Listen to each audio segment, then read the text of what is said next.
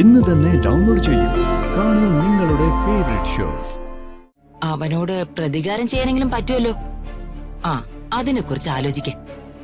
ശരി അംബികെ, ഞാൻ തന്ത്രപൂർവ്വം വേണ്ടത് ചെയ്യാം. മറ്റൊരു പ്രധാനപ്പെട്ട കാര്യം പറയാനാ ഇപ്പൊ ഞാൻ വിളിച്ചേ. എന്താ പ്രതാപ? എനിക്ക് ചെറിയൊരു ഹെൽത്ത് ഇഷ്യൂ ഉണ്ടായി. ഒരു തലകറക്കം.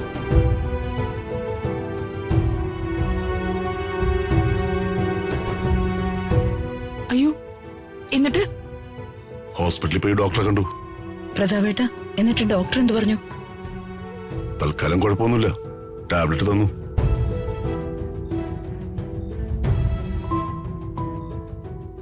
പിന്നെ ബ്ലഡ് സാമ്പിൾ എടുത്തിട്ടുണ്ട്. ഞാൻ മുമ്പ് കണ്ടപ്പോഴേ പറഞ്ഞില്ലേ നിനക്ക് ക്ഷീണമാണെന്ന്. കൂടപ്പിറപ്പുകൾക്ക് ഒരു ചെറിയ ടെമ്പറേച്ചർ വന്നാ മതി, എന്റെ ചങ്കിടറും.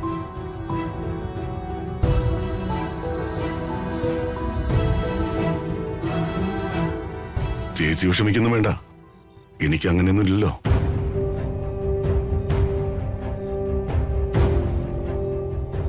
പാവം, അച്ഛന് സുഖമില്ലാത്തത് ഇപ്പൊ മനസ്സിനെ വിഷമിപ്പിക്കുന്നതൊന്നും പറയണ്ട.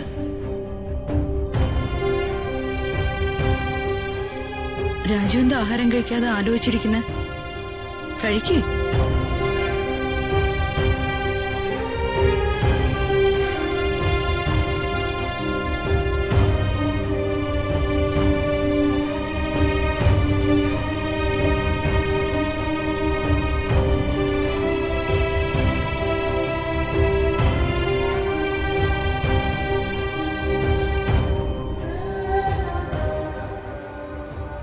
ദൈവമേ, മറ്റുള്ളവർക്ക് പാര വെച്ച് ഞാൻ ഈ പാതാളത്തിൽ വന്ന് പെട്ടല്ലോ.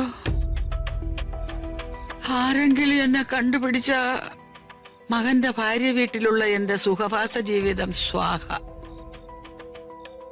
ആ അംബിക എന്തു കുതന്ത്രം കാട്ടിയിട്ടാണെങ്കിലും എന്നെ ഇവിടെ നിന്ന് രക്ഷിക്കണേ ഭഗവാനെ.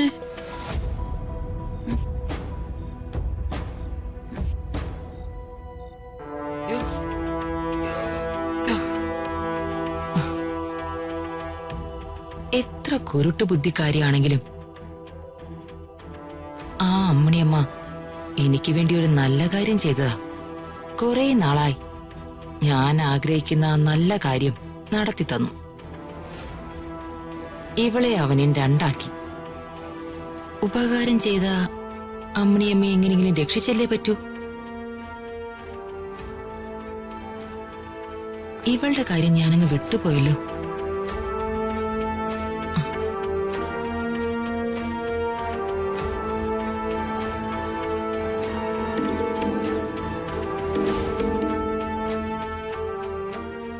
അംബികെ,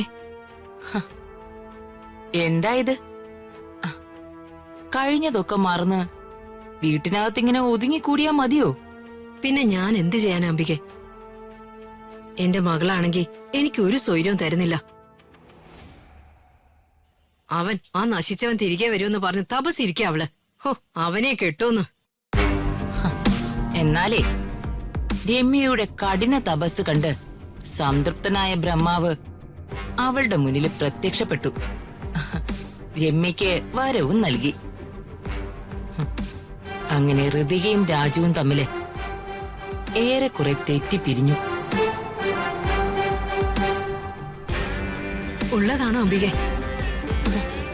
ഞാൻ എന്തിനാ രുക്മിണിയോട് നുണ പറയുന്നേ? എനിക്കും രുക്മിണിക്കും രമ്യയ്ക്കും സന്തോഷമുള്ളൊരു കാര്യം അറിഞ്ഞപ്പോ ഞാൻ പറഞ്ഞതാ. എന്റെ ദൈവമേ, നീ എന്റെ മോളുടെയും പ്രാർത്ഥന കേട്ടല്ലോ. എന്നിട്ട് അവളിപ്പോ എവിടെ അംബികെ? അവളെ അവിടുന്ന് കരഞ്ഞിറങ്ങി പോന്നു. ദേ, കരഞ്ഞുകൂവി ഇവിടെയൊക്കെ നടപ്പുണ്ട്. പുറകെ അവനും വന്നിട്ടുണ്ട്. പക്ഷേ കോംപ്രമൈസ് ഒന്നും നടക്കില്ല. സംഗതി സീരിയസാ. എന്റെ ദൈവമേ, എത്രയും പെട്ടെന്ന് അവരുടെ ഡിവോഴ്സ് ഒന്ന് നടന്നു കിട്ടിയാ മതിയായിരുന്നു. അതൊക്കെ വളരെ വേഗം നടക്കും. ഒരു താലി കെട്ടിയെന്നല്ലാതെ അവര് തമ്മില് ഫാമിലി ലൈഫൊന്നും ഇല്ലായിരുന്നു. അതുകൊണ്ട് ഡിവോഴ്സ് കഴിഞ്ഞാൽ ഉടനെ രമ്യയും അവനും തമ്മിലുള്ള കല്യാണം നടത്താൻ നോക്ക്.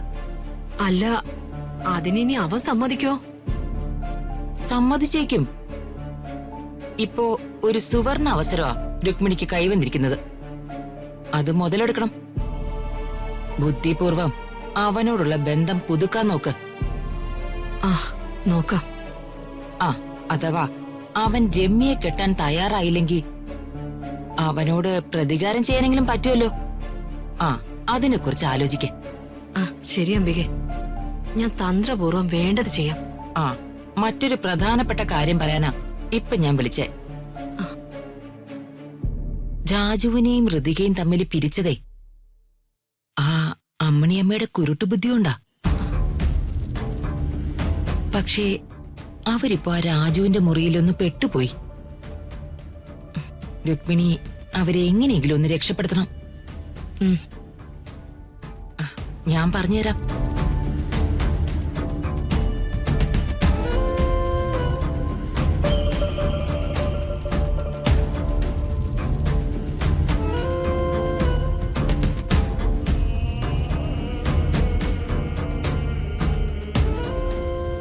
ശരി അംബികെ.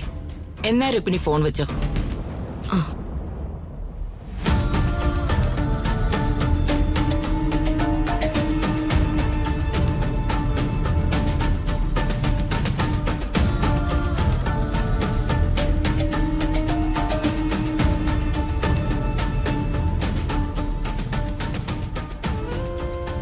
ദൈവമേ, പോയവരാരും തിരിച്ചു വരുന്നില്ലല്ലോ. അവിടുത്തെ കാര്യങ്ങൾ എന്തായെന്നൊന്നും അറിയുന്നു പോലുമില്ലല്ലോ. ആര് വരുന്നുണ്ടല്ലോ.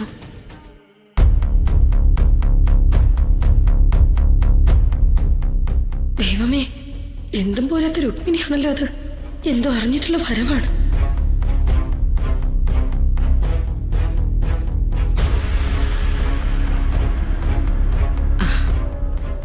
രാധമ്മേ, രാധമ്മ ഒറ്റയ്ക്കേ ഉള്ളോ? മറ്റുള്ളവരൊക്കെ എവിടെ പോയി? രാജുവും ഋതുമോളും വർമ്മസാറിനെ കാണാൻ പോയി. വേണുവേട്ടൻ ആരെ കാണാൻ ഇപ്പൊ പോയേ ഉള്ളൂ. പിന്നെ പ്രേമോളുടെ കാര്യം അറിയാലോ, ശ്രീമോളുടെ അടുത്താ. ആ, അല്ല, അവരിപ്പോ എവിടെ ഇല്ലേ? ആ ജയന്റെ അമ്മ. അതോ അവരവരുടെ വീട്ടിൽ തിരിച്ചു പോയോ? ഏയ്, അമ്മ പോയിട്ടൊന്നുമില്ല.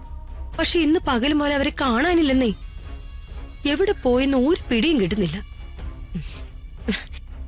എന്താ രുക്മിണി വെറുതെ വന്നാണോ? എന്തോ എനിക്ക് പെട്ടെന്ന് നിങ്ങളെയൊക്കെ ഒന്ന് കാണണമെന്ന് തോന്നി. ഓ, അകലേ